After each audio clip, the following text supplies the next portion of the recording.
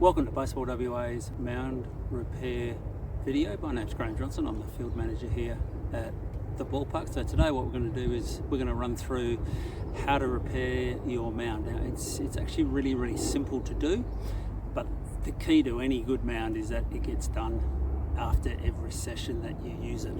So that's one of the key things. You'll also be able to access our video on how to make clay, because you need to make clay from the bricks that you did the mound with, because that will enable it to bind. Okay, these are the tools that we use here at Empire Ballpark. So we've got a hard bristle brush, a shovel, a water container, a tamp, another big plastic shovel, a landscaper's rake, small brush, and a small scarifying tool. And in this case, it's just a weed puller.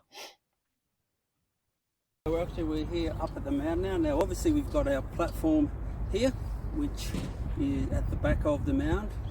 And again, that's got to be level with the plate. Everything starts off level with the pitching rubber. So what you can do just to make that flat is just go over the top and just essentially knock off any high spots.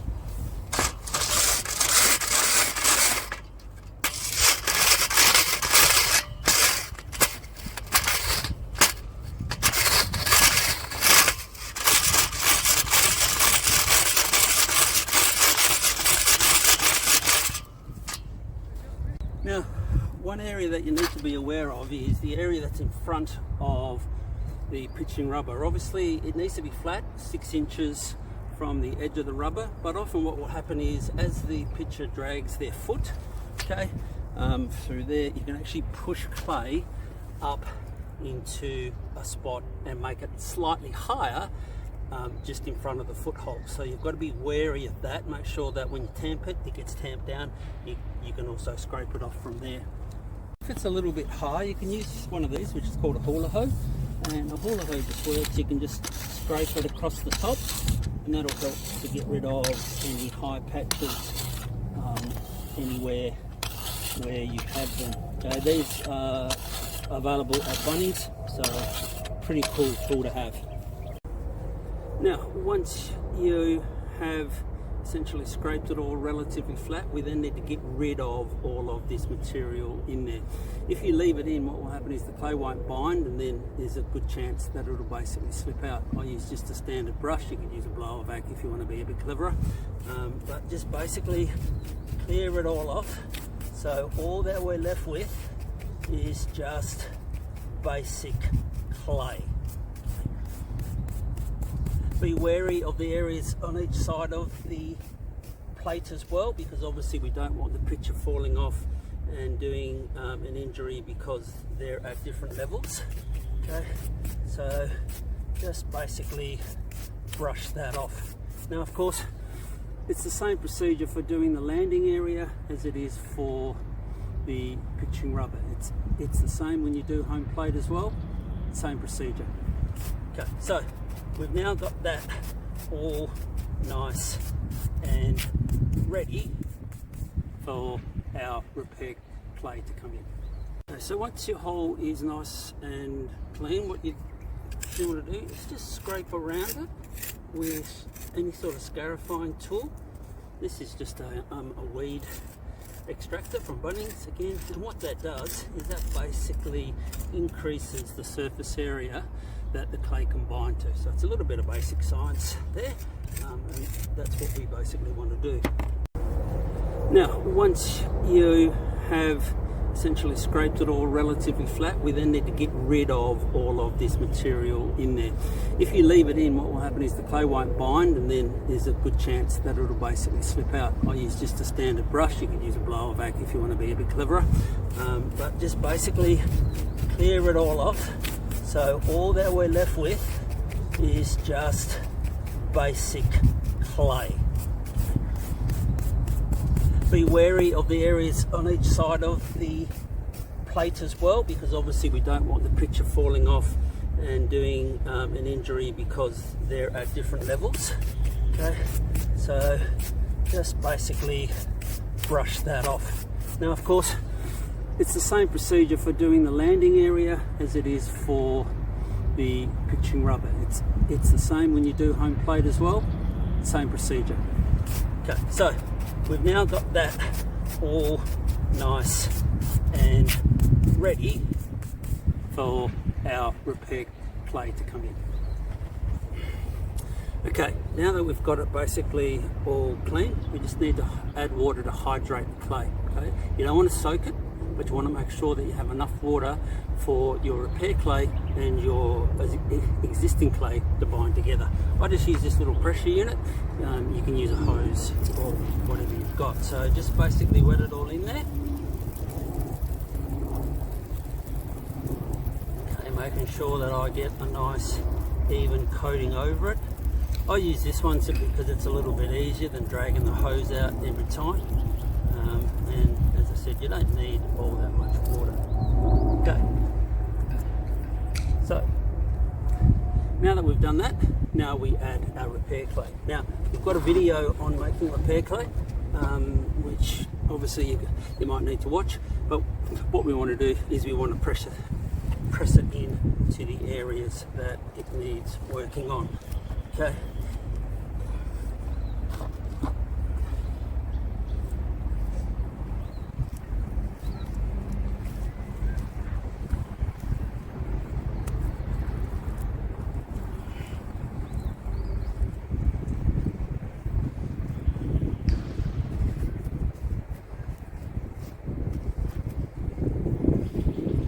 I like to press it in with either my hand or my foot as well, so just to get it all basically good. Okay, now what we want to do is basically tamp this down and get it all flat and get it all level. Okay, remembering that the front of the plate is there's 6 inches of it being flat before it starts to go into the ramp, so you need to make sure that you use the level of the plate to start you off, and you do it by half and half. So.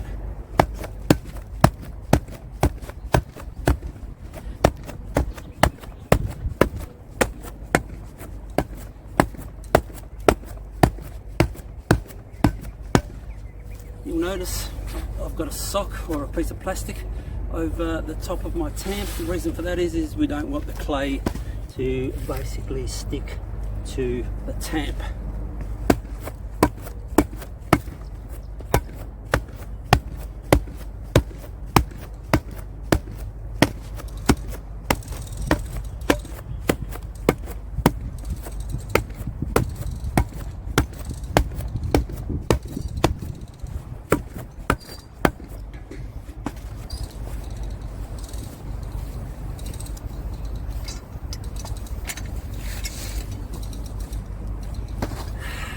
Now what you can do, once you've got it nice and level, is you can use your hula hoe again, go along the level of the plate and basically just take off any material that is high.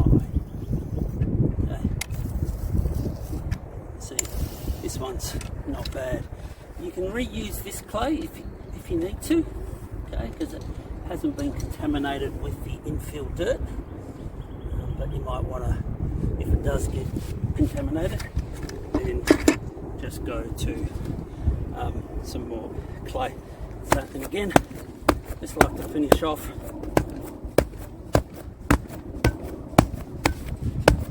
by just stomping that down.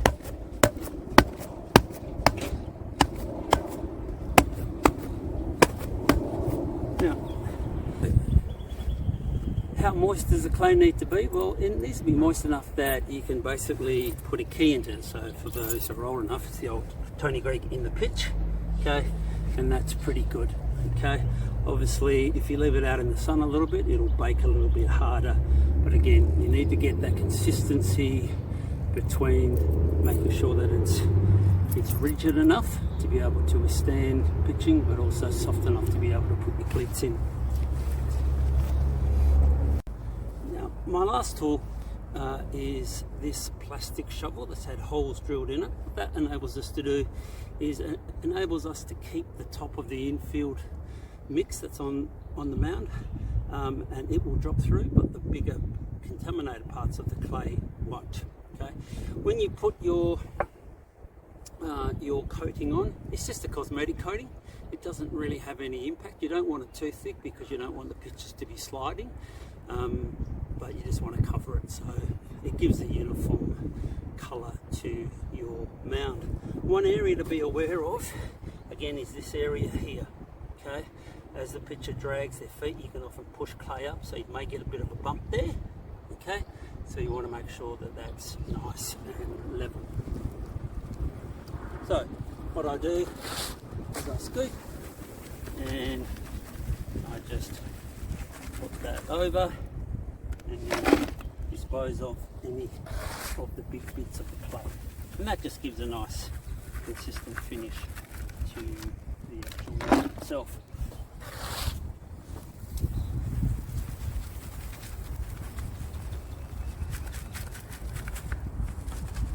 Now obviously this will be done after you do your landing spots, and again landing spots are exactly the same procedure as the pitching rubber, and again pretty much same for the batter's box as well. Okay, so bit of an easy process.